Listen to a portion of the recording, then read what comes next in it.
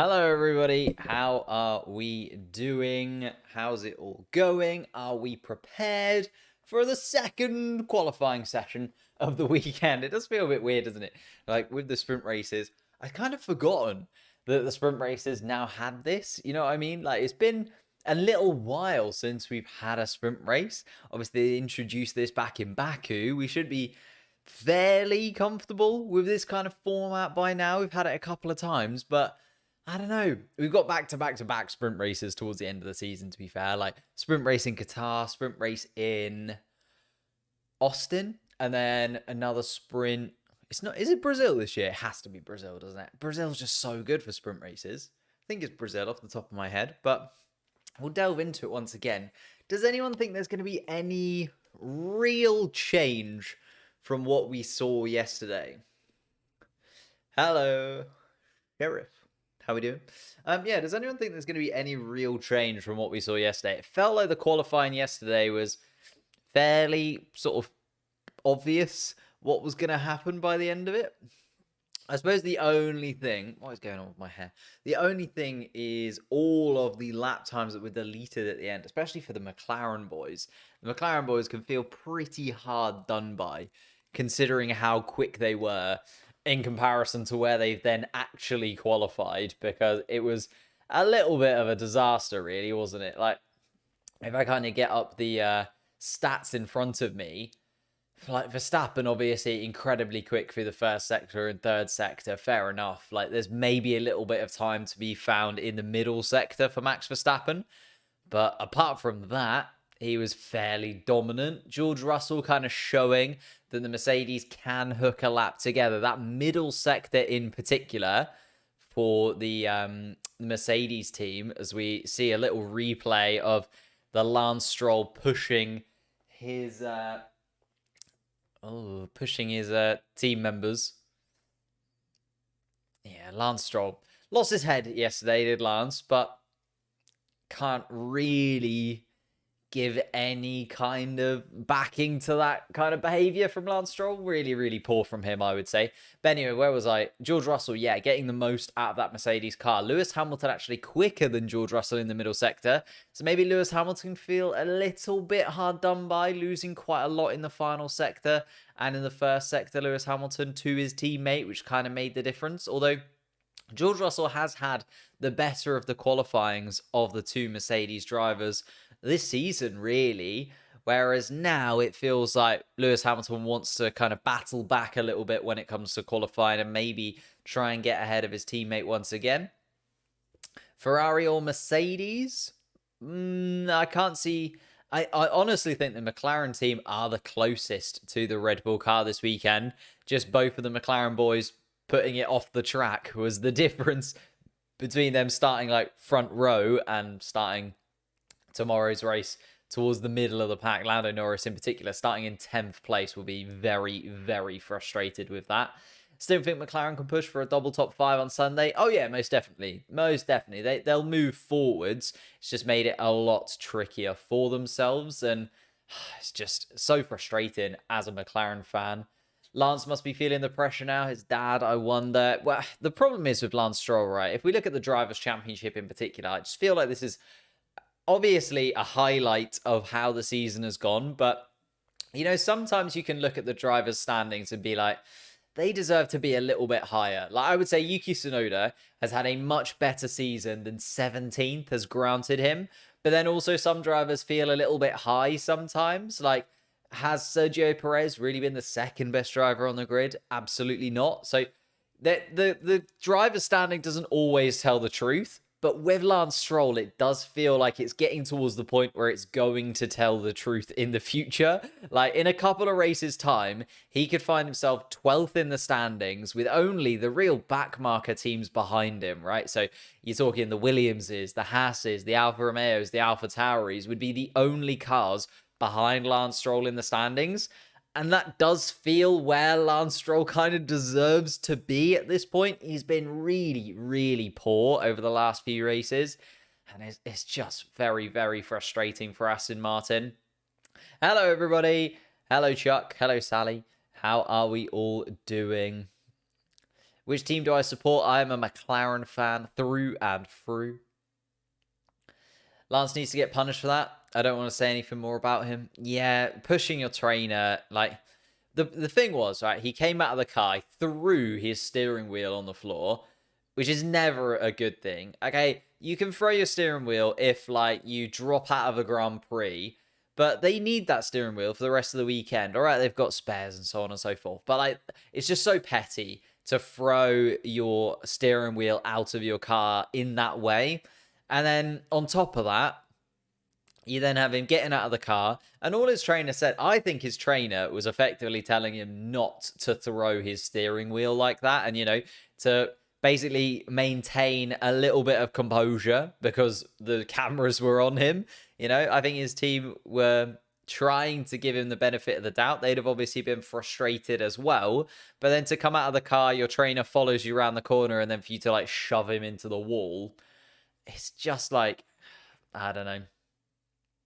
Yeah, the steering wheel does cost a lot of money. That is very true. Lance Stroll just simply can't be removed from that seat. It's so unfair. Well, you say that. Aston Martin are now looking at a World Endurance Championship project where they will put an Aston Martin hypercar into the running, and basically they'll have an Aston Martin hypercar that is set up and ready to go for things like the 6 hours of Spa, 24-hour of Le Mans, that kind of thing. And it wouldn't surprise me if in 2025, they go to Lance Stroll and they say, you know what? Actually, we just can't have you in this team in that way. Like, we can't have you acting like that in this team anymore. And actually, you know what? We can build a really big project around you for the World Endurance Championship. You can be our main man there, and, like, you can just be the driver for the 2025 World Endurance Championship. Aston Martin, you can go there and hopefully you can win loads and loads of stuff. And then maybe they can try and convince him that that would be a better path for him than staying in Formula One and staying with the Aston Martin team. If not, I feel like Aston Martin might try and get him a seat somewhere else. Again, that's like a really... It's a more difficult conversation to say, actually, Lance, we've paid for you to have a seat in Alfa Romeo, so you're off there now. Like, I don't think that's the way he really wants it to go. But I think he might be able to be convinced that an Aston Martin World Endurance car that's built around him could be like a really good project for him. Going to continue the Alfa Romeo video or live stream I requested a long time ago. I am indeed. There's probably going to be an end of the season thing, mate. I'm going to be honest with you. It's because I do want to give Bottas and Joe till the end of this season as well, and then I'll kind of do like a summary of all of the Alfa Romeo drivers' seasons. So it's probably not going to be something that comes out until sort of, what is it, November-y, December-y time, when the season comes to a close. 24 hours of Le Mans will be 16 hours of them competing, 8 hours of strolling. I don't know. I feel like Lance Stroll is probably good enough. Like, the World Endurance Championship, okay, the drivers are still incredibly good, but I think the standard is slightly lower for the 24-hour Le Mans. Like, there's a lot of drivers that go from Formula One and take that transition. So, for instance, Sebastian Vettel and Jenson Button are looking like they might be on their way to a World Endurance Championship car. And obviously, both of them, Formula One worthy, yes. Formula One champions, yes. But would they get into Formula One now? I'm not so sure. I don't think anyone would take Jenson Button definitely on the Formula One grid. And Sebastian Vettel, I think if Sebastian Vettel said he wanted to come back into Formula One, it would be difficult to actually find him a seat. Like, actually find him a team that would be like, yeah, we want a Sebastian Vettel for... 2 years probably, because I don't think he'll stick around for ages. I don't think it's going to be like a Sebastian Vettel comes back and then is in the sport for another 10 years. Like, you can't really build a huge project around him. And, like, would you take Sebastian Vettel over George Russell, Lando Norris, Max Verstappen, Charles Leclerc at the top 4 teams? Probably not. Would they take him over Fernando Alonso? Well, Fernando Alonso came in to replace him. So it's difficult to know where those kind of drivers go. But the World Endurance Championship, because it's that, like, rung down, it does feel like he could slide in there and Lance Stroll could be actually moderately competitive in that car. you think Hamilton is better than Alonso as a driver in Formula One? That is such a tricky question. I think if you look at their careers, Lewis Hamilton made the right move at the right time, got into the Mercedes car just as that became the most dominant car on the Formula One grid. Do I think that Fernando Alonso could have won the same amount of championships as Lewis Hamilton if he was in the Mercedes car? I think I probably do. I think they are both incredibly good drivers. But then I also feel like if Sebastian Vettel was in the Mercedes car rather than Lewis Hamilton, he'd be like an 8-time world champion or whatever it would be. If there's like a tier of driver, and Hamilton, Vettel, Alonso, they're all in that tier. Verstappen, I think Norris is going to be in there. Russell's probably eventually going to get in there as well. Like, there is just that tier of Formula One driver where, given the right car, any of them could have won the championships that Hamilton did. I would rather have Tsunoda or Drugovich in Stroll's Aston Martin car. Oh, yeah, completely. I think the idea is probably to remove Lance Stroll, and then because Honda are coming in, you could say that Yuki Tsunoda goes there. Felipe Drugovich is definitely an option if he's still in and around the Aston Martin setup and is still showing a lot of pace. It's tricky to know who Aston Martin would really want to go for. Would they try and bring in a really big name? Like, would they try and, splash the cash and get a Lando Norris from McLaren or a Charles Leclerc from Ferrari? Like, would they try and get one of the really, really big drivers? Thank you, Given, for the subscription. Appreciate that, mate. Thank you for dropping the subscription. Hello, Nate. I'm new here. Well, Nate, thank you for stopping by. We will be underway with the Sprint Shootout in a couple of minutes' time, but we're just having a little chat about Aston Martin and the future there. Perez to Aston Martin is also a really good shout, and that is very, very true. I think Sergio Perez just moving, again, that kind of like rung down a little bit from the Red Bull pressure, and working with Fernando Alonso could be quite good for Checo. I think that could work.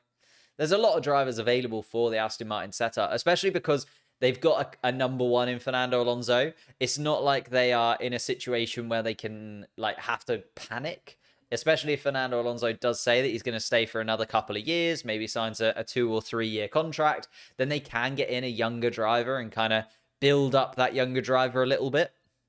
Ooh. Lewis Hamilton has peeled off to the left-hand side of the pit lane, and I'm hoping that that's still fine. I look like Max Foch. I do get that quite a lot. I get Max Foch. I get Tom Holland is a new one. It's been an interesting one in the comments recently. I get Andrew Garfield. Anyone who's played Spider-Man effectively. I get them. I just generic English man, I think, is what I look like, and therefore you can chuck in whoever you fancy, really. 2017 Vettel was better than 17 Hamilton. Ferrari just dropped in development. I think that's a fair point. I think the Mercedes car was still quicker, and you could argue that therefore Vettel was actually having a better season in that he was in a slower car but keeping up competitively with the faster car.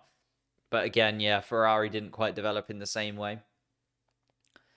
Pirelli need to take several seats. Never really mastered this racing situation.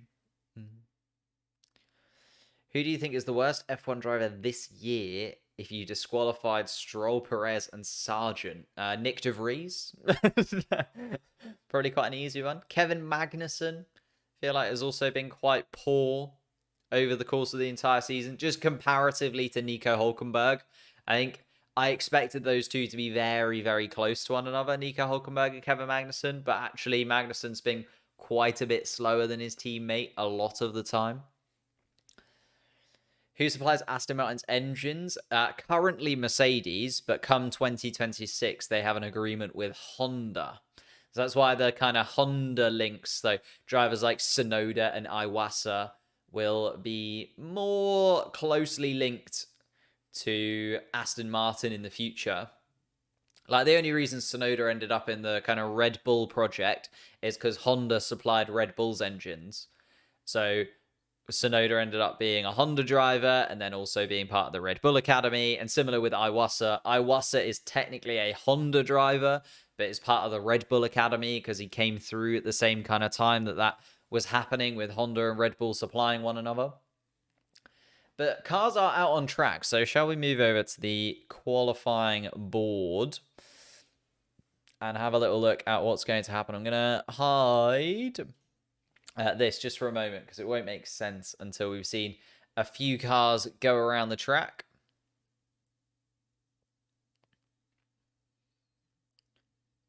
Kevin Magnussen is out on track first of everybody.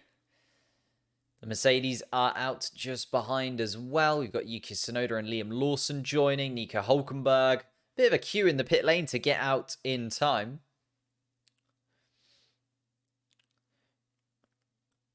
Aston forces drivers to retire. A little bit.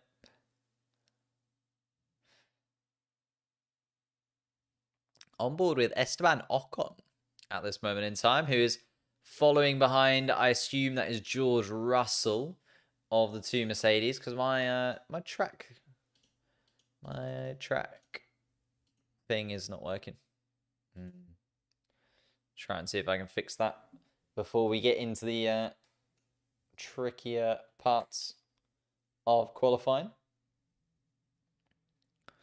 I feel like this is going to be possibly the trickiest.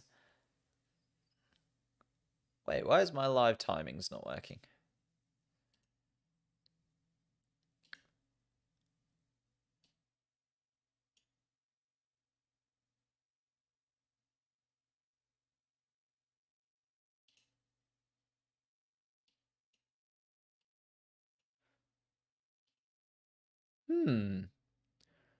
My live timings board is not even happening. That's it. Well, that's very, very annoying.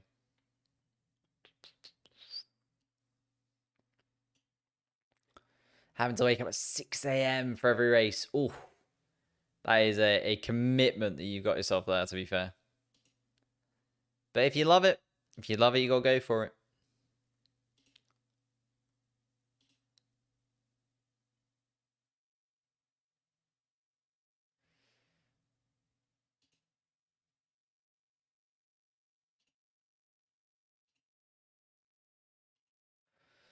All right, let's close this and open it again. Apologies, we're having a little lap timing issue, but hopefully we'll get to it before any real big lap times start coming in.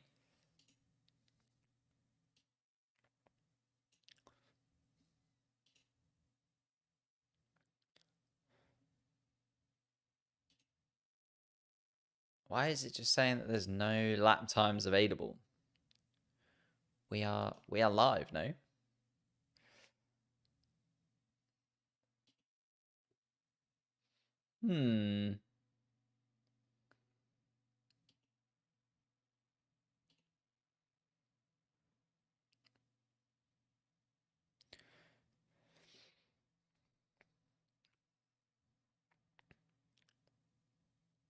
Every team has one problem: Alpine management, Ferrari strategy, Mercedes driver bonding. Oh yeah, like all teams always have something going wrong. Like there's never a moment in Formula One where everything is going perfectly. Unfortunately, it just doesn't quite happen like that.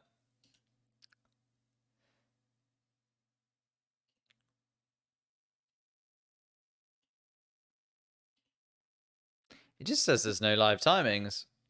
That is really annoying. Apologies. I don't know if I'm going to be able to get the live timings up and working. So it's just not happening.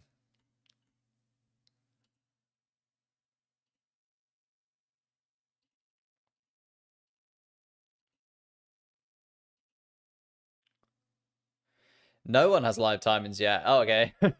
Maybe they're just not available for this moment in time. I'll leave it there in the background and we'll see. Let's get actually to it so that I can have a little chat about what's going on track. And we'll maybe try and get some live timings up in a moment. I'll try again in a moment's time. Do I think Mick will get another shot in Formula One? No. I don't know where he fits in. And I think, unfortunately, he's kind of ruled himself out of quite a lot of seats. I think Williams have other drivers in mind, and I think that's the only real slot I could see him going into. Alfa Romeo, when they become Audi, maybe they need the Schumacher money, but you doubt it. But here we go then. Should we have a little look? Oh, wait. It's because there's no live timings on the... There's no live timings at all. Maybe the Qatar circuit doesn't have any live timings. Because there's no timing board on the Sky coverage either. So we're just watching everybody go around for a bit.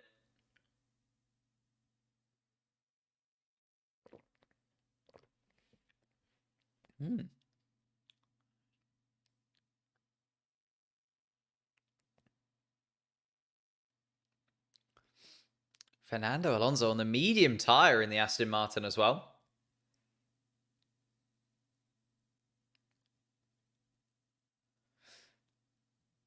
What about Danny Rick? Danny Rick will be at Red Bull. Danny Rick is basically going to go... Sergio Perez will leave at the end of the 2024 season or at some point in the 2024 season. Hopefully at the end. Like, he gets a full year, but you never know. And then Daniel Ricciardo will go into that second seat at Red Bull.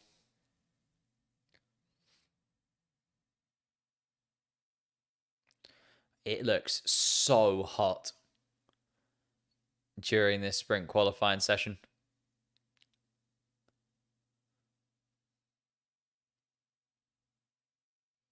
Oh yeah, they had to paint the curbs.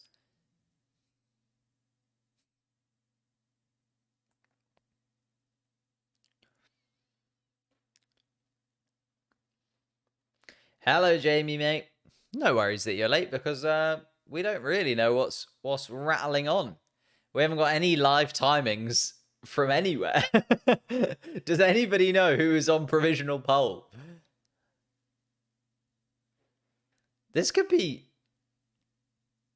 I'm assuming that someone's got some timing data somewhere. Because the cars are going around. I don't even know how long's left in the session. I don't know how quick cars are going. Oh, wait, the actual session will start in 11 minutes' time. How come? Have I missed something? Have I completely missed?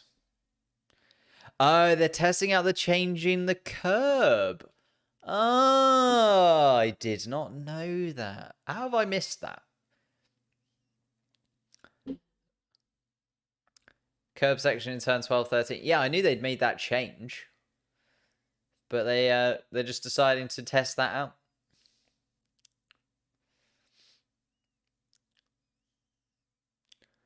That's why. Okay. I don't know how I missed that. Thank you so much. Interested that they're giving them all a little opportunity at kind of a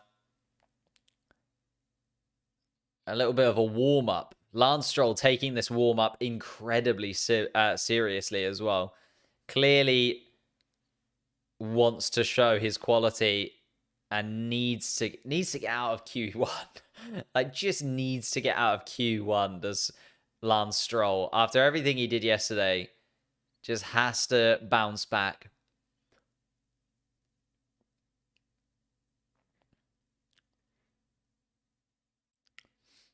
It'll be interesting to see who kind of burns through soft tires like this, because Lance Stroll on the soft compound tire right now, burning through a set of them. Ooh.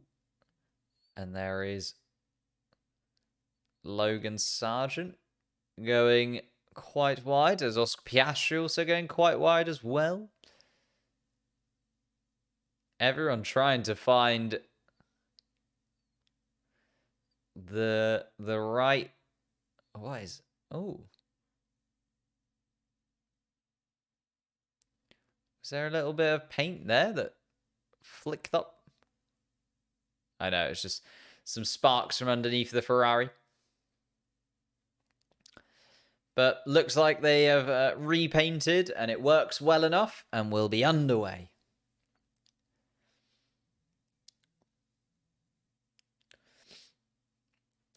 Yeah, they basically have, by the looks of things, they've just made the track a little bit thinner, I guess is the word. Narrower is the word I'm looking for. They've made the track a little bit narrower through turn 12 and 13 just by, Max Verstappen has a...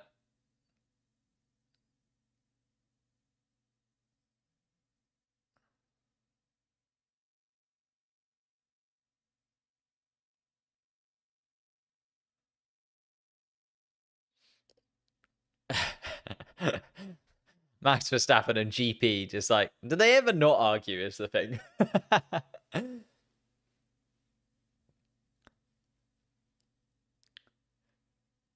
If Lance would have taken out Max in Monaco, maybe he would have been talking about his terrible season.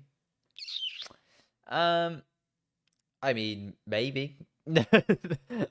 A worthy sacrifice. Everyone seems to struggle with grip this weekend. Oh, it's because the track surface has been completely relaid. So there's a completely new track surface, effectively. And it's insanely hot as well.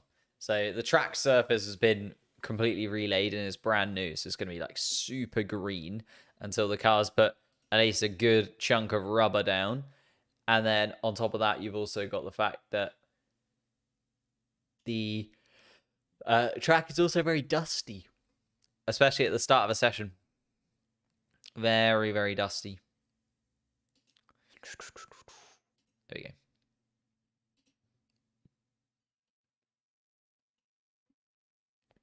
Am I following the Cricket World Cup? I am not. But you can tell me about it. But yeah, the grip is not going to be good probably until the race, actually.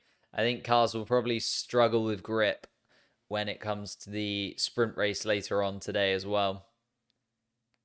But after some racing laps, there should be a good enough amount of rubber down. Thank you, Pro Gunner, for the subscription. Appreciate that, mate. Is it a two-stopper? Yes, indeed, it will be a two-stop race. Well, you'd imagine it would be a two-stop race, especially with the amount of degradation that we've seen over the last few weekends as well. The Pirelli tyres do seem to be pointing in the right direction. Now, if you remember at the beginning of the season, they were really not in the right place. Like, you had people effectively able to do an entire Grand Prix on one set of tyres fairly comfortably. I think it was it Esteban Ocon in Baku who did that. Yeah, because he stopped late and there was people in the pit lane, wasn't there? But yeah, Esteban Ocon was effectively able to do the entire Baku Grand Prix on one set of tyres. And he was still as quick as a lot of the other guys out there who were on fresher sets. So the tyres were not in a good window at the beginning of the season. And Pirelli slightly got the compounds wrong, I think. But they seem to have gotten it right over the last few. Could be a three-stopper. Definitely for sort of cars that are a little bit harder on their tyres. I'm thinking of Haas, thinking of Ferrari, although Ferrari seem to have gotten it together a little bit over the last few weekends. But yeah, those cars that are harder on their tyres, they probably could make a three-stop work. It would allow you to use maybe a set of soft compound tyres right at the end to try and get a real run at some cars. But two-stop for me feels like the optimal. I'm feeling like it's going to be a two-stop, probably medium hard, or medium hard. Whereas, yeah, if you did a three-stop, maybe you could do medium, or like medium hard, medium soft. If you tried to do a three-stop strategy, and then you're on the soft compound tire right at the end when you've got low fuel, and you could have a little run at some others that are maybe on some harder tires. We have Joe Root. What on earth does that mean? Who is Joe Root? Is he good? Is he good?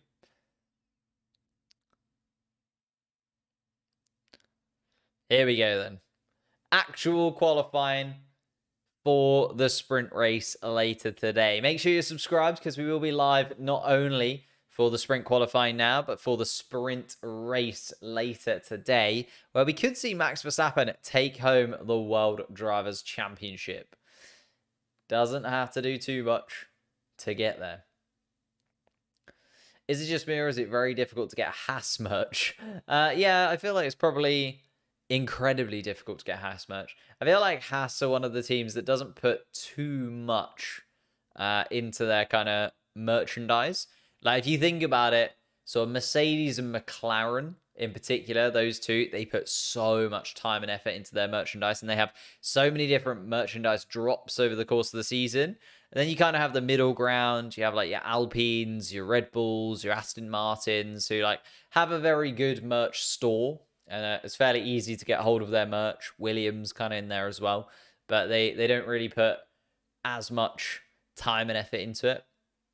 But I feel like Alfa Romeo, Haas, AlphaTauri to an extent, they're also quite tricky to get hold of sometimes, AlphaTauri merch. Like, it took me ages to get that Pierre Gasly hat from a couple of seasons ago.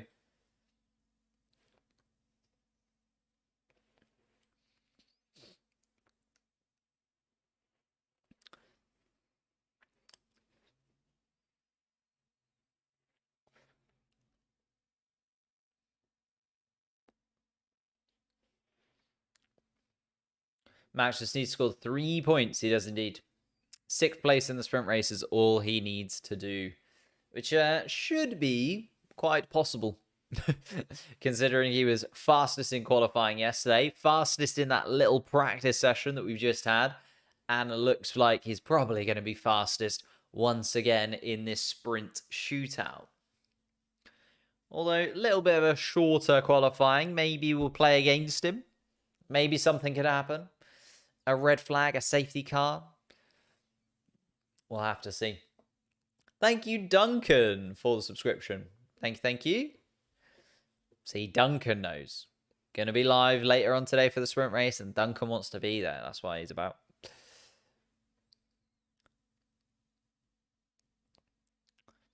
A Qatar aeroplane we're watching glide over the Losail circuit. There is just nothing there. I know it's in a desert, but like there's actually nothing.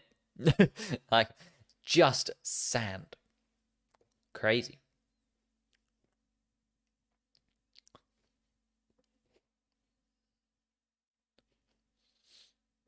McLaren newsletter is too spammy.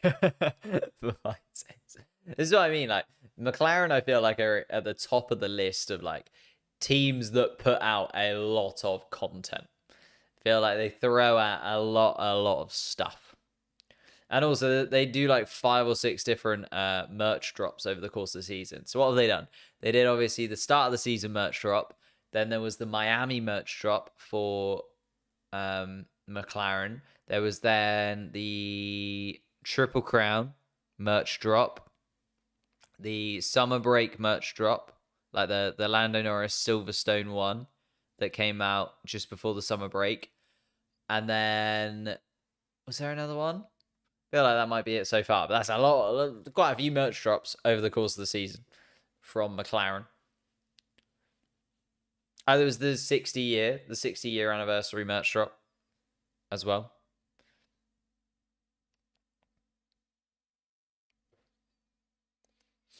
Lando Norris there in the car, ready to go for McLaren. He'll be most frustrated with yesterday because he was looking mega quick, but then obviously missed out. Couple of mistakes.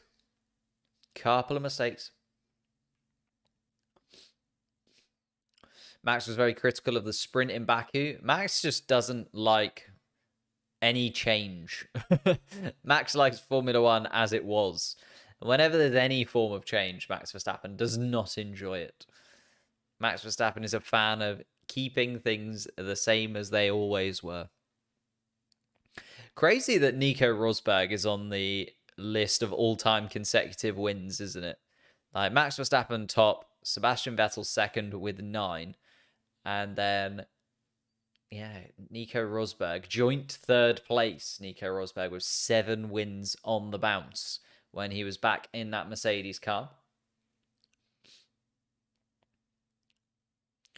Here we go then. We're underway for proper qualifying. Have we got lap timings yet? Shall we have a look? Dun dun dun dun. No. Lando only has himself to blame. Oh yeah. I don't think he didn't blame anybody else. You could see he was just frustrated, and even when he came on the radio after the session had finished, he only blamed himself. So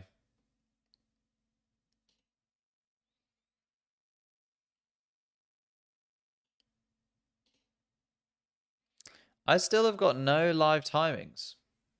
Why? What is happening?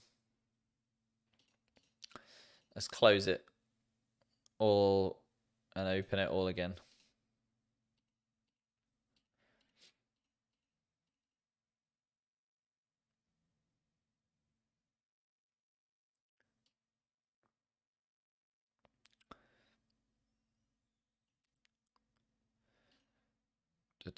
Oh, here we go. Here we go. We're finally getting somewhere with some live timings by the looks of things. Nope. Okay, I lied. Well, we'll keep an eye on it. I just have no idea why my live timings aren't working. Usually work for everything as normal.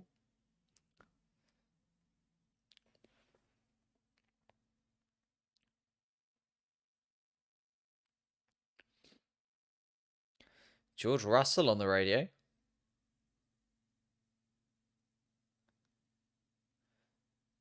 Prep lap or out lap? Nothing as of yet. George Russell wanting to keep it simple. Sounds a little frustrated in the car. George Russell not overly happy. Oh, thank you so much, Liam, mate. 15 HK. Where on earth? I don't know what currency that is, but I am massively, massively appreciative, mate. Thank you so much. Want to put the sectors 1, 2, James, like yesterday? I would if it was happening. If it was working. No one has live timings, unfortunately. Not even Sky have live timings. There's no live timings anywhere that I can get at this moment in time.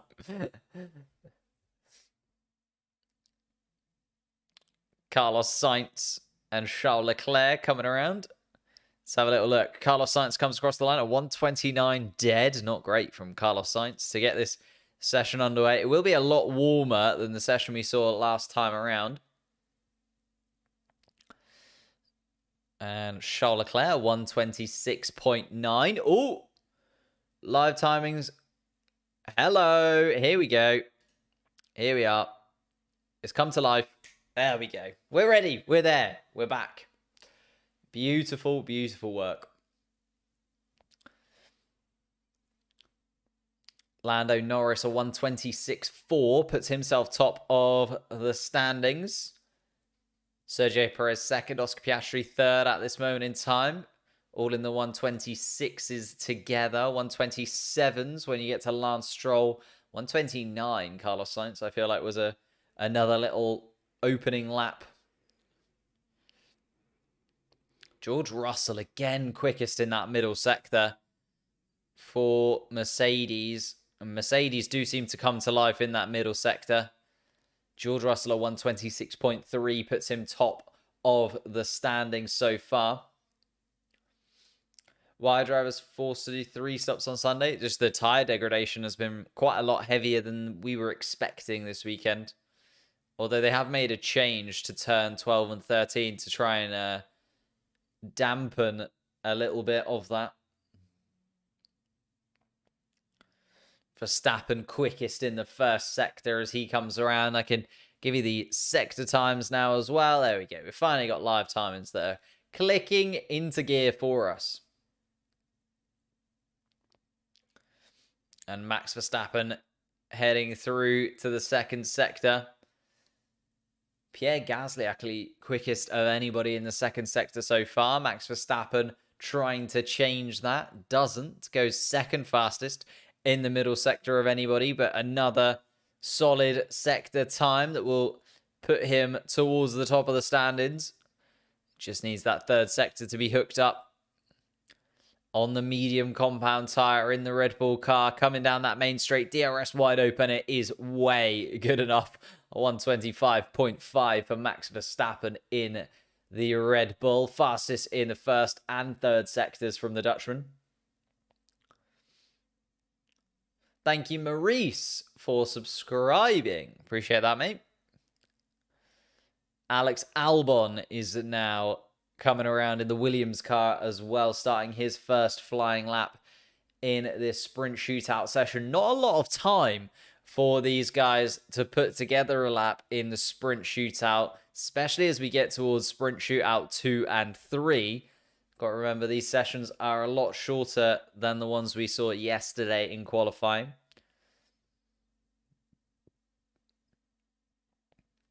Bottas and Joe starting their flying laps as well. Nico Hülkenberg actually at the front of a little pack. Hülkenberg, Bottas, Joe, Russell all coming past the pit straight. Liam Lawson, Kevin Magnussen also coming around. Lawson goes 9th fastest with that lap time.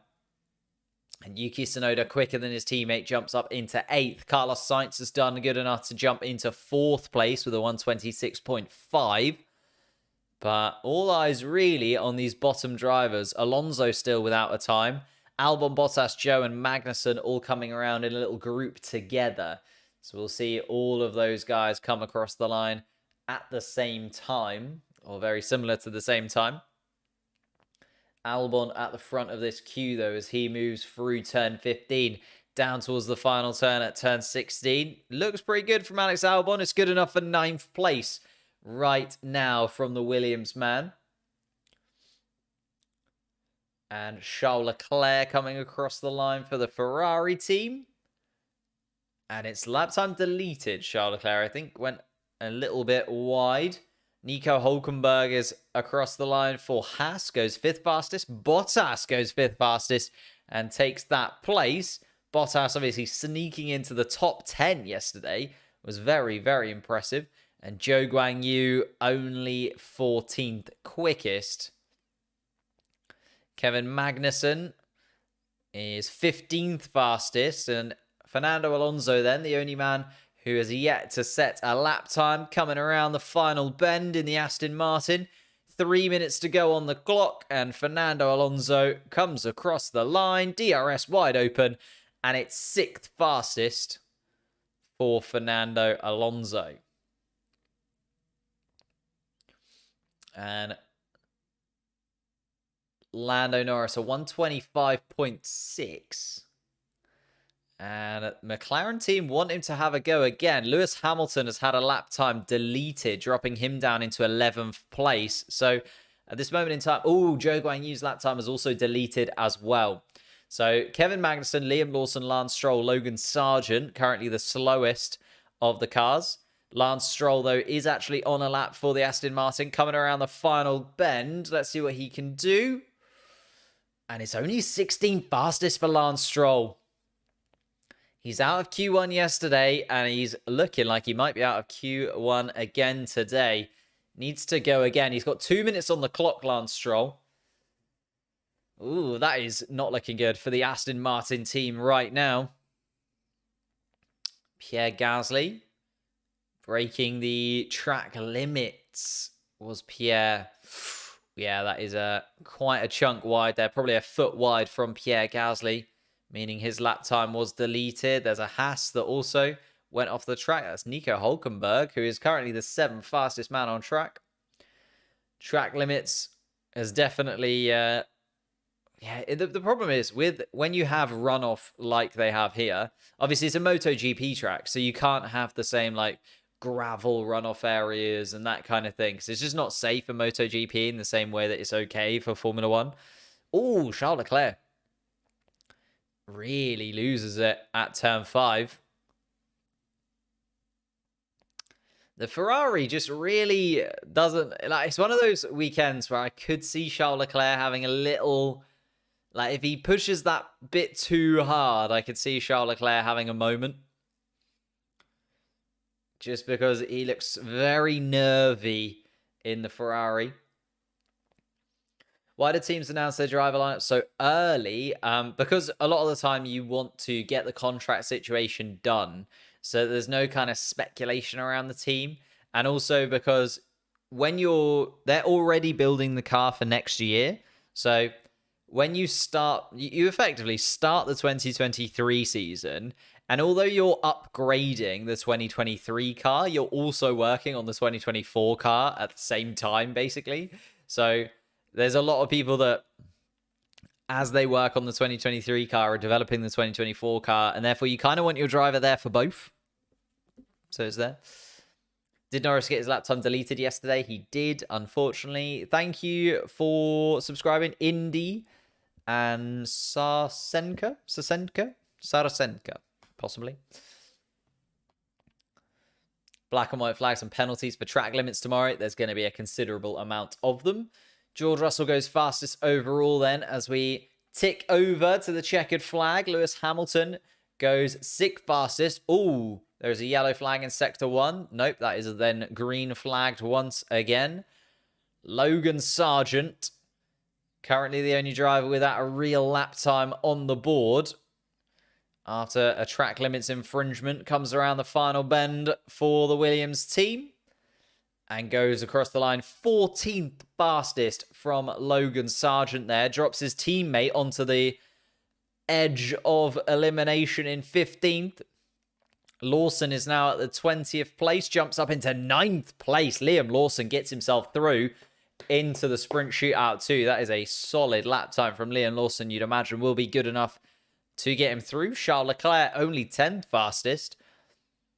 Lewis Hamilton, Valtteri Bottas, Nico Hulkenberg. Carlos Sainz comes across the line, gets himself well into safety in 5th place after a disappointing qualifying for the Spaniard yesterday. Yuki Tsunoda can only find 15th. Lance Stroll and Alex Albon on lap times behind. Logan Sargent has another lap time deleted, so Logan Sargent guaranteed out, and Lance Stroll also doesn't do good enough. Alex Albon only 17th quickest. And Zhou Guanyu and Kevin Magnussen are coming around the final sector together. I don't know if they're on flying laps. Valtteri Bottas is just about to come over the start-finish line. And Lance Stroll went wide. Cost himself. And no, Magnussen and Zhou were not on push laps there. So that means... Oh no, Yuki Tsunoda! Lap time deleted. Tsunoda's lap time deleted for track limits. And that means Zhou Guanyu sneaks himself through in 15th place. Lance Stroll, Alex Albon, Yuki Tsunoda, Kevin Magnussen, and Logan Sargent. Logan Sargent not even getting a lap time in that first sprint shootout session. Both of his lap times deleted.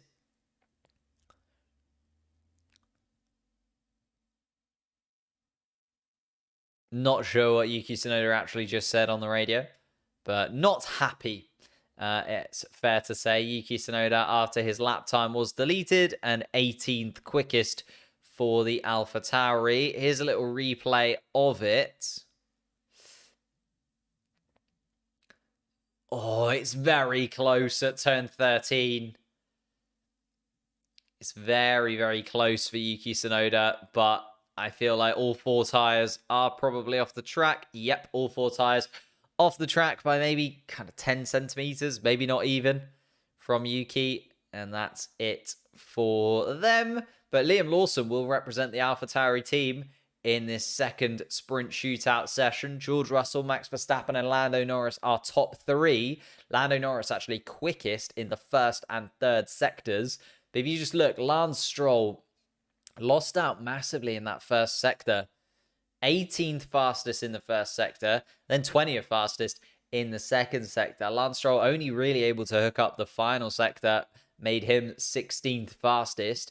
Alex Albon, fairly consistently 17th and 16th fastest, so never really looked like he was going to be able to get himself in and amongst the top 15.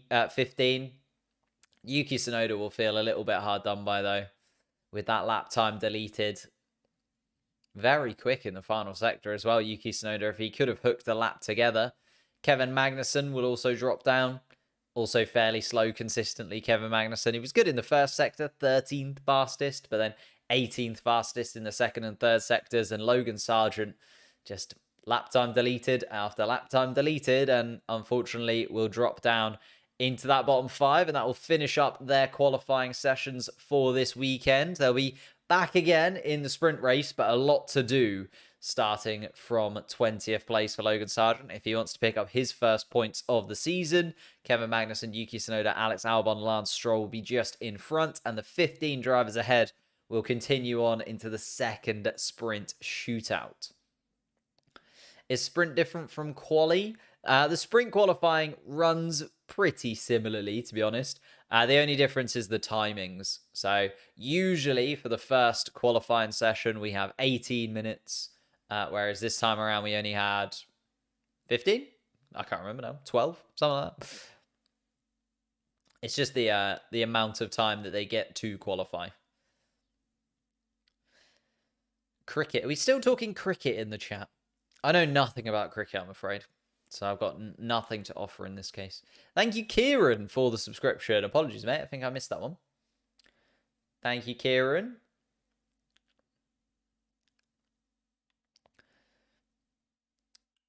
Seems like someone who knows their onions about cricket.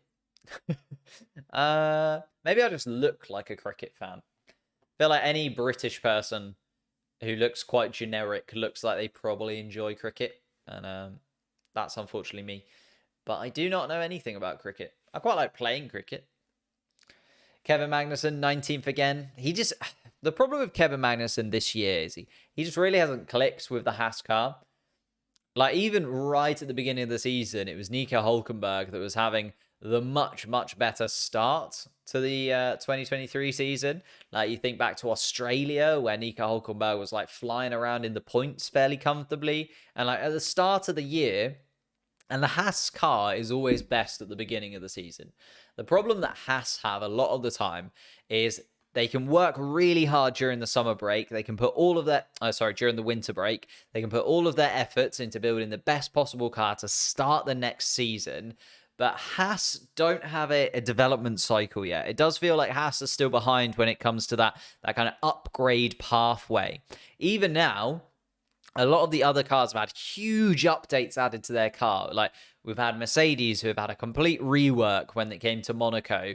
But even teams like Alfa Romeo and AlphaTauri have brought huge upgrade packages. Haas aren't bringing their upgrade package until Austin.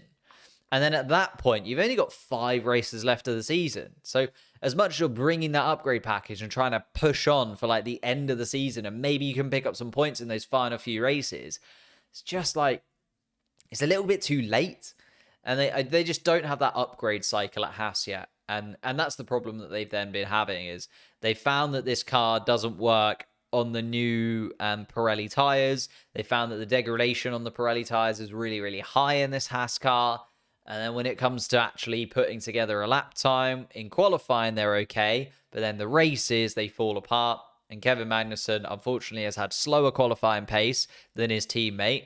So has started further behind and then has continued to drop backwards in the races as well. So it just makes Kevin Magnussen's season look absolutely atrocious because of the positions that he's lost over the course of the year. But we are back underway. George Russell, actually the first car out of the pits. Lewis Hamilton following just behind. Carlos Sainz is there as well. He'll be third across the line. Sergio Perez, Charles Leclerc, Oscar Piastri, and Max Verstappen all out as well.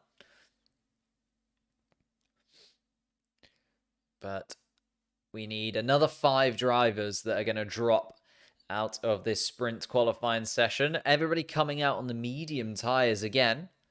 And the problem is just everybody's burned through all of their soft compound tyres for qualifying yesterday, because realistically the race still means a lot more to the teams. Wrong track behind it. You think I've got 24 of these? I wish. That'd be amazing, Peter. That'd be incredible if I had like 100 of them. Just popped up whatever track we were at that weekend. No, unfortunately, that is always going to be Singapore. Singapore's my favorite track, so Singapore on the wall. How many laps is this sprint? Oh, that's a good question. What is it, 18? 19?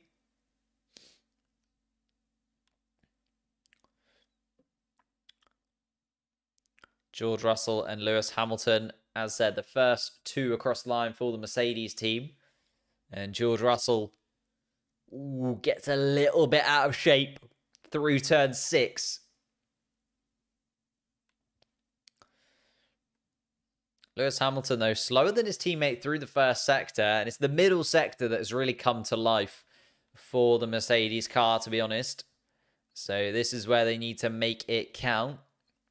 George Russell taking a slightly wider line through turn 10, carrying that speed through 11, 12 and 13, then just sort of fall away from you. Just need to be a little bit careful of track limits on 13, super high speed corner as you enter that final sector. And then George Russell coming around towards the final corner. Little correction through turn 16 for George Russell there, but comes across the line and sets the standard then at a 126.2. That is not going to be quick enough, you would imagine, and will need to go again, especially as Lewis Hamilton then comes around and sets a 126 dead. Sergio Perez quicker in the middle sector in this session, and the lap time's not quite coming yet. Fastest with a 125.8. Lando Norris has just gone quickest of anybody in the first sector, of anybody in the entirety of all the qualifying we've had so far. Oh, Lewis Hamilton, track time deleted. Turn 13. As I said, you have to be a little bit careful. Turn 13, super high speed. Oscar Piastri comes around, a 125.6, and the car's ramping up then. Max Verstappen next across the line, sets the standard at a 125.1. Very quick from Max Verstappen in comparison to some of these other drivers in this opening section of the sprint shootout 2. Lando Norris then around the final corner and goes quickest. The first person to get into the 124s in this session, a 124.9. Just a couple attempts quicker than Max Verstappen, but an insanely quick final sector. Couple attempts from Lando Norris in that final sector on his teammate Oscar Piastri. Very quick indeed. Little replay of Lewis Hamilton coming through turn 13. And yep, all 4 tyres off the track. Yeah, there is. All 4 tyres off the track. And Lewis Hamilton's lap time deleted. Charles Leclerc's lap time also deleted. Zhou Guanyu has just started his flying lap, who is currently in 11th place. But Ocon is going to finish his lap. Oh no. Where's Ocon? Oh no, Ocon's starting his flying lap. I thought that was him coming to the end of a flying lap. He's starting it. Just want to see where the Alpines are, really, in comparison. Everyone from Gasly down, yet to have set a lap time. So we're looking at Esteban Ocon, 0.6 down on Lando Norris in just the first sector alone there, Esteban Ocon.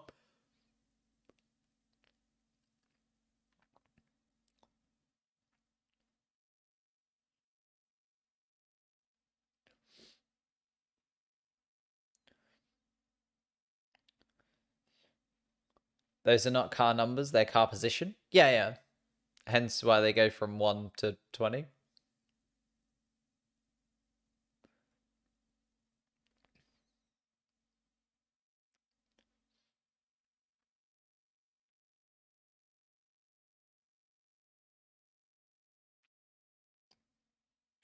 Ooh. Oscar Piastri.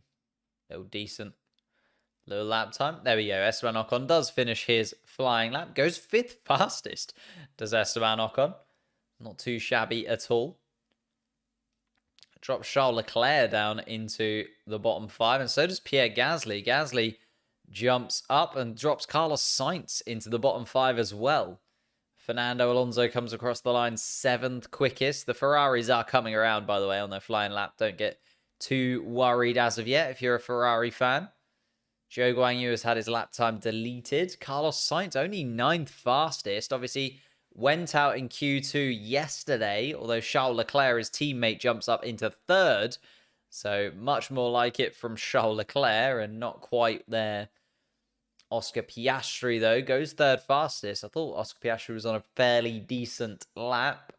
Not quite at the level of his teammate as of yet, but still good enough for the 3rd fastest car on track. And we're seeing Sergio Perez coming back out on track.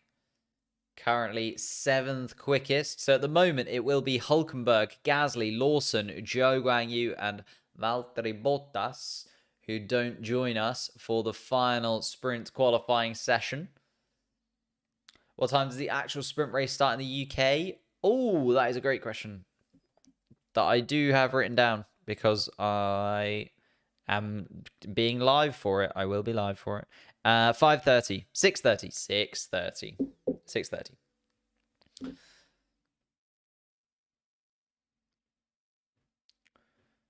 Oh, Carlos Sainz, lap time deleted. So Carlos Sainz properly in the mire right now. Really doesn't want to go out in Q2 again. Esteban Ocon, ooh, quite slow in the Alpine. Ooh, I think just about keeps it on the track in the Alpine, though. The Alfa Romeo of Zhou Guanyu definitely not just about keeping it on the track, though.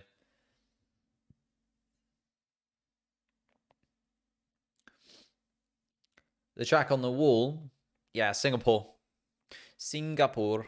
If you'd like one, there's a link in the description. I get you 10% off. 10% off with NAF1 as your discount code, and it gives me a little nudge of cash. Valtteri Bottas then on a flying lap, coming around turn 15 through turn 16. Let's see what the Alfa Romeo can do. Managed to sneak his way into the top 10 yesterday and doesn't quite sneak into the top 10 this time around. 11th fastest. Can do another lap if he can go straight from fast lap to fast lap. Zhou Guanyu now coming around the final corner for Alfa Romeo as well. Currently 15th fastest. Can he bump himself into the top 10 and be the Alfa Romeo representative this time around? No, goes 12th fastest, slower than his teammate there, Zhou Guanyu. Esteban Ocon improves and goes 4th fastest. Lewis Hamilton needs to improve, goes 6th fastest, was a little bit close to the drop zone for his liking. 7th fastest as George Russell takes the checkered flag and goes 2nd fastest. Pierre Gasly jumps up into 8th place in his Alpine. Puts Fernando Alonso in risk of going down until Fernando Alonso comes across the line and goes 4th fastest. Lewis Hamilton is now under pressure. Liam Lawson doesn't quite. And Liam Lawson 11th quickest. Carlos Sainz, though, does. And Lewis Hamilton is going to be out of this sprint shootout. Sergio Perez coming around the final corner in the Red Bull. His teammate Max Verstappen already in the pits.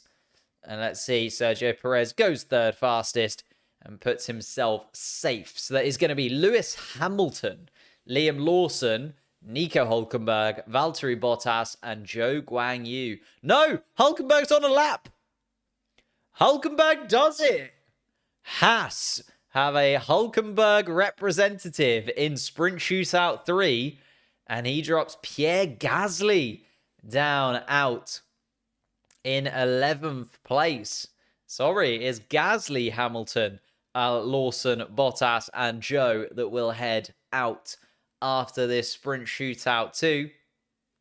And Sprint Shootout 3 will see Lando Norris, George Russell, Sergio Perez, Max Verstappen, Fernando Alonso, Charles Leclerc, Carlos Sainz, Oscar Piastri, Nico Hülkenberg, and Esteban Ocon battle it out for pole position come the sprint later on today. Oscar Piastri, absolutely electric through that first sector, but look at that middle sector chart. Is it Max Verstappen quickest? Absolutely not. Nico Hülkenberg, quickest through the middle sector of anybody in that Haas. What a phenomenal lap from Nico Hülkenberg. Look at that. Wow, a 10th up as well. He's a 10th quicker than Max Verstappen in the middle sector is Nico Hülkenberg. Take a bow. I thought Sergio Perez was the last man out on track. But no, Nico Hülkenberg snuck out behind him. What a middle sector that is. Interesting as well that the McLarens still do have that edge in the first and final sector. Lando Norris in particular was really quick in the first sector yesterday. And you can see that clearly Oscar Piastri has learned from whatever Lando Norris did yesterday as well, because both of them right at the top of the timing sheets in that first sector. George Russell less quick in the middle sector than I was expecting. Usually George Russell properly up towards the top of that middle sector, but only 5th fastest. But if you just look at Lewis Hamilton there, Hamilton 10th fastest in every single sector. Unfortunately, that is just not going to be good enough to get yourself through. You have to have at least one sector where you are standouts to manage to get yourself through, like Nico Hülkenberg has done. Esteban Ocon as well. If you look, slower in the first sector, Esteban Ocon, but that middle sector, just phenomenally quick from Esteban Ocon. That's really where he made up the time, and then only a touch quicker than Lewis Hamilton in the third sector as well, which is the real difference between Hamilton and Ocon, and why Ocon has been able to jump up is that middle sector. And Pierre Gasly, a little bit slower than his teammate in the middle sector, quicker in the first sector. It just absolutely fell apart in the third sector. Pierre Gasly, 14th fastest in the final sector, drops him out. Zhou Guanyu, lap time deleted for Zhou. Similar to what happened with Logan Sargent in the first sprint shootout, where both of his lap times that he went for ended up being deleted for track limits infringements. 7 different constructors in Q3. It's been very competitive.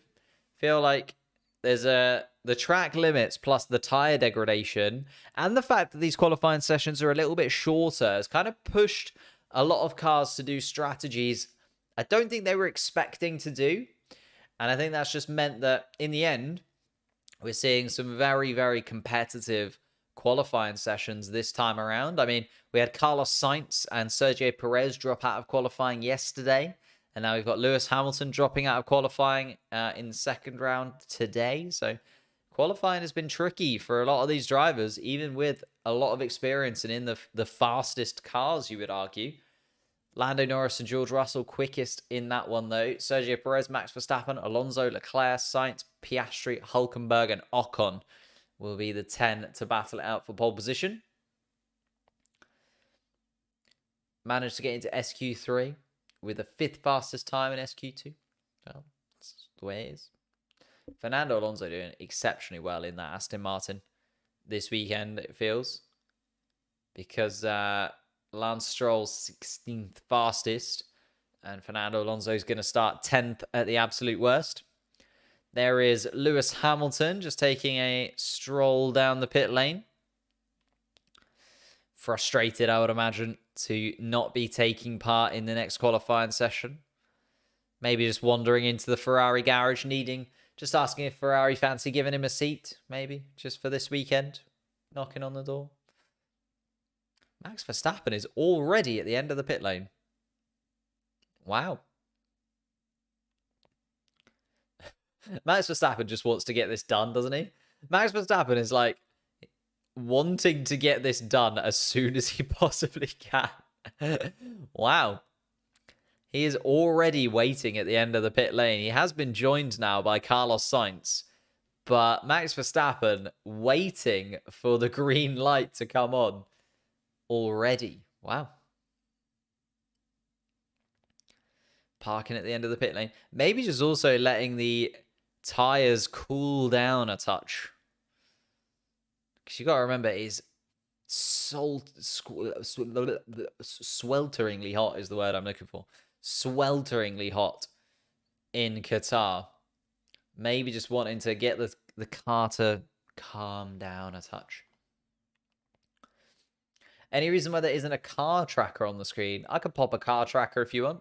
I usually do the car tracker for the race and the sector tracker for the qualifyings, just because the sector tracker, I feel like, gives a lot of context for what's happening in qualifying. I can pop a track if you want on the screen. Hulk needs a promotion. I think Hulk just needs a better team, unfortunately. Just showing that he is good enough to still be in Formula 1 and probably deserves to be in a slightly faster car come race day than the Haas, because unfortunately it just does feel like Hulkenberg, even if he starts 10th, I can't imagine him finishing 10th. He will fall slowly backwards during the sprint race, I'd imagine. Nico Hulkenberg, unfortunately for him. There we are then. Verstappen, as I said, wants to get underway as quickly as he possibly can. And both Ferraris also coming out with him. Everybody else just holding fire a touch. Soft compound tyres are on though, finally. Get to see some soft compound tyre running, which means the track times are going to tumble in comparison to Sprint Shootout 2 on the faster tyre.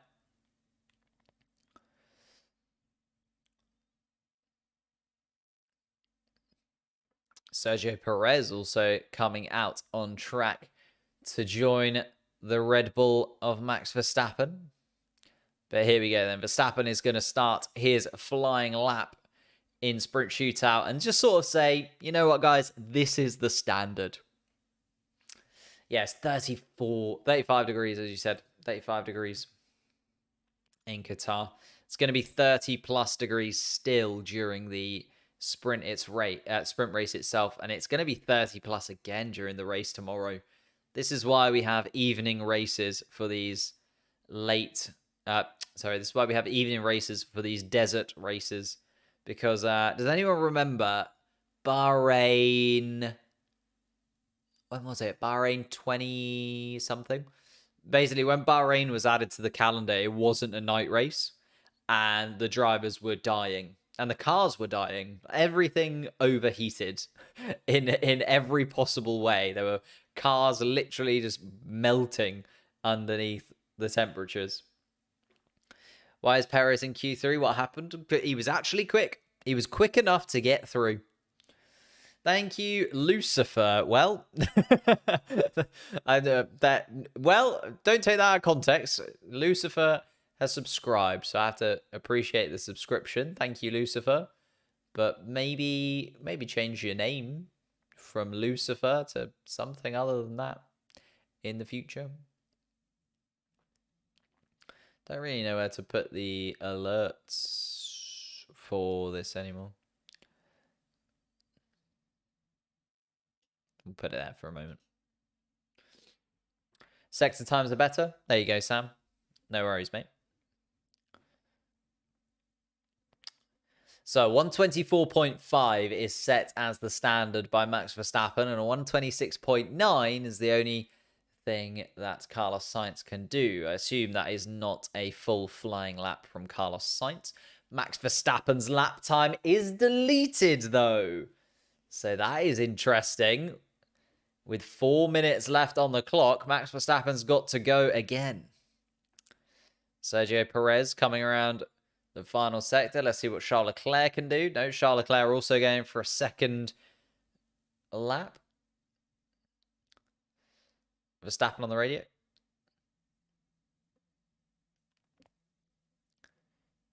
Turn 5. Max Verstappen asks if they're sure. I'm pretty sure they're sure. Sergio Perez, a 125.3 from Sergio Perez. Ooh, he's right on the line as Max Verstappen. That looks close. Looked very close for Max Verstappen, but they have taken it off and they have deleted it. Charles Leclerc also had a lap time deleted, but I feel like it was another warm-up lap for Charles Leclerc because it was like a 1:46.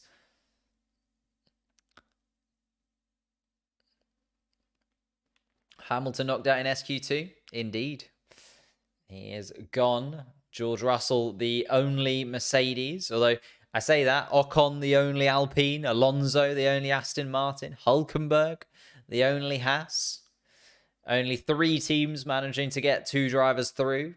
So the Red Bulls, the Ferraris, and the McLarens looking the quickest teams so far this weekend. And then a bit of a jumble underneath. Charles Leclerc, though, does manage to finally get a lap time together, a 1:25.1. Oscar Piastri, though, a 1:24.5. That is much like it. Charles Leclerc has had another lap time deleted. Oscar Piastri, that is a sensational final sector from Oscar Piastri. Although Lando Norris looks like he's going to go even better and does. Lando Norris quickest then, a 1:24.5. And McLaren were frustrated yesterday by lap times being deleted. Can we just please have these lap times stay? There is confirmation of Charles Leclerc's lap time being deleted. And now there's a lot of pressure building to the end of this sprint shootout session. 2 minutes left to go in it. And this is going to be close. There's a lot of drivers here that are getting lap times deleted and are going to be right on the bubble. Charles Leclerc not happy. Frustrated by the lap time being deleted. Has more than enough time though, Charles Leclerc. Is in turn 7 at the moment. Charles Leclerc, and has a minute and a half to get himself back around and go for one more flying lap. Sergio Perez, that looked close to being off the track there. Sergio Perez in the first sector. We'll have to see that one again. It was through turn 5, which has been notorious.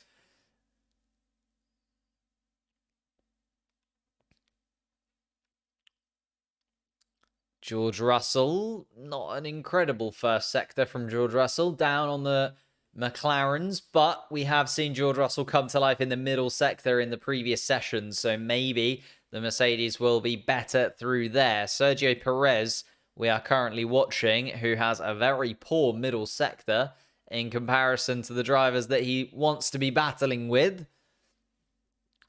And doesn't improve, actually, Sergio Perez. So it's a yellow middle sector for Sergio.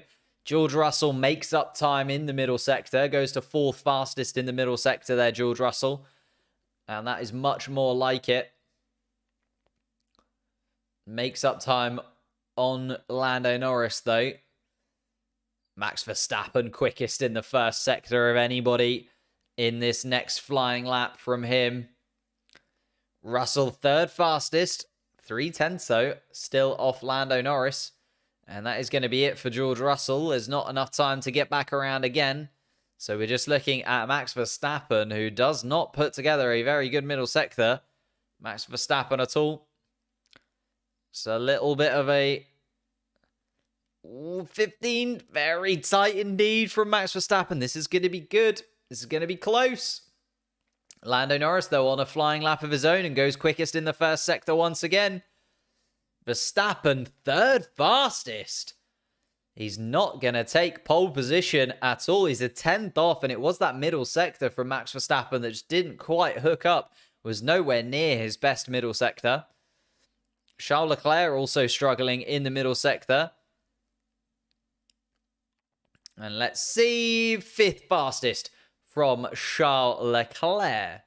Oscar Piastri, is he going to improve on his time and go ahead of his teammate? Yes! Oscar Piastri quickest now by a 10th of a second. Oh, Lando Norris has gone wide! Lando Norris was on a flyer of a lap, but goes wide at the final sector, and Oscar Piastri is going to take the pole position for the sprint race. Piastri and Norris are top 2, and Oscar Piastri outdoes his teammate in qualifying. Max Verstappen only 3rd fastest after a pretty poor middle sector from the Red Bull. George Russell 4th fastest. Alonso, Sainz, Leclerc, Hülkenberg, Perez, and finally Esteban Ocon will round out our top 10.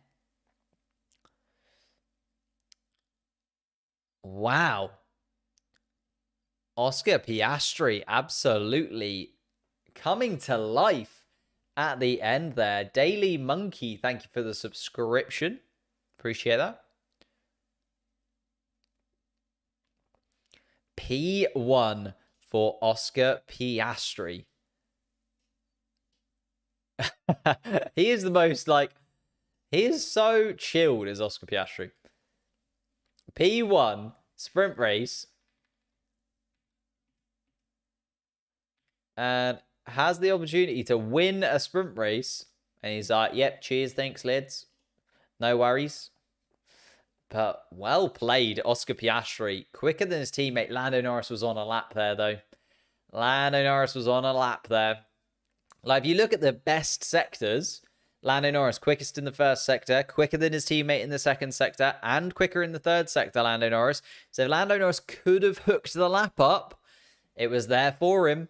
But Oscar Piastri able to keep it on the track between the white lines.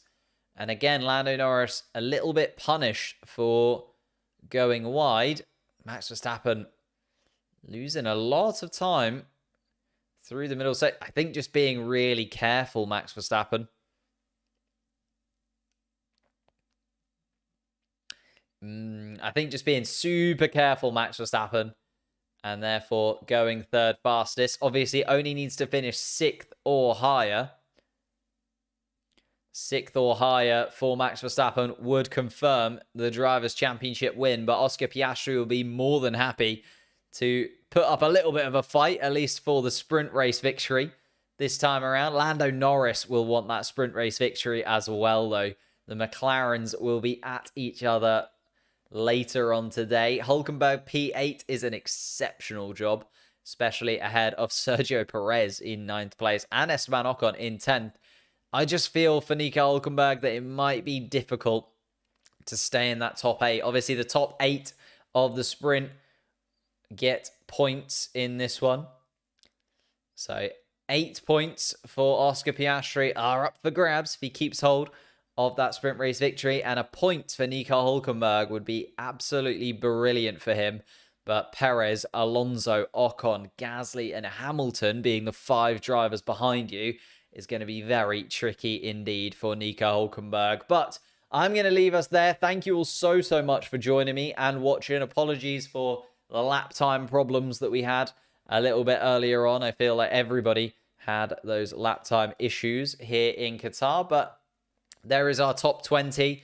Oscar Piastri starts on pole. Lando Norris 2nd. Max Verstappen in 3rd for our podium for the sprint race later on. George Russell, Carlos Sainz, Charles Leclerc, Nico Hulkenberg, and Sergio Perez starting in the point scoring positions. Fernando Alonso and Esteban Ocon just behind. Gasly, Hamilton, Bottas, Lawson, and Joe were the 5 drivers that we lost in Sprint Shootout 2. And finally, Lance Stroll, Alex Albon, Yuki Tsunoda, Kevin Magnussen, and Logan Sargent will start at the back of the pack. Those drivers dropping out of Shootout 1. But I will see you all much later on. What is it? 3 hours time? Not even. 3 hours and a bit until I see you later on this afternoon for the sprint race. Thank you, everybody, for watching. Thank you for all the new subscriptions. If you haven't subscribed, do what Chris has just done and hit that subscriber button. Thank you so much, Chris. I will see you later on. See you in a bit. Goodbye.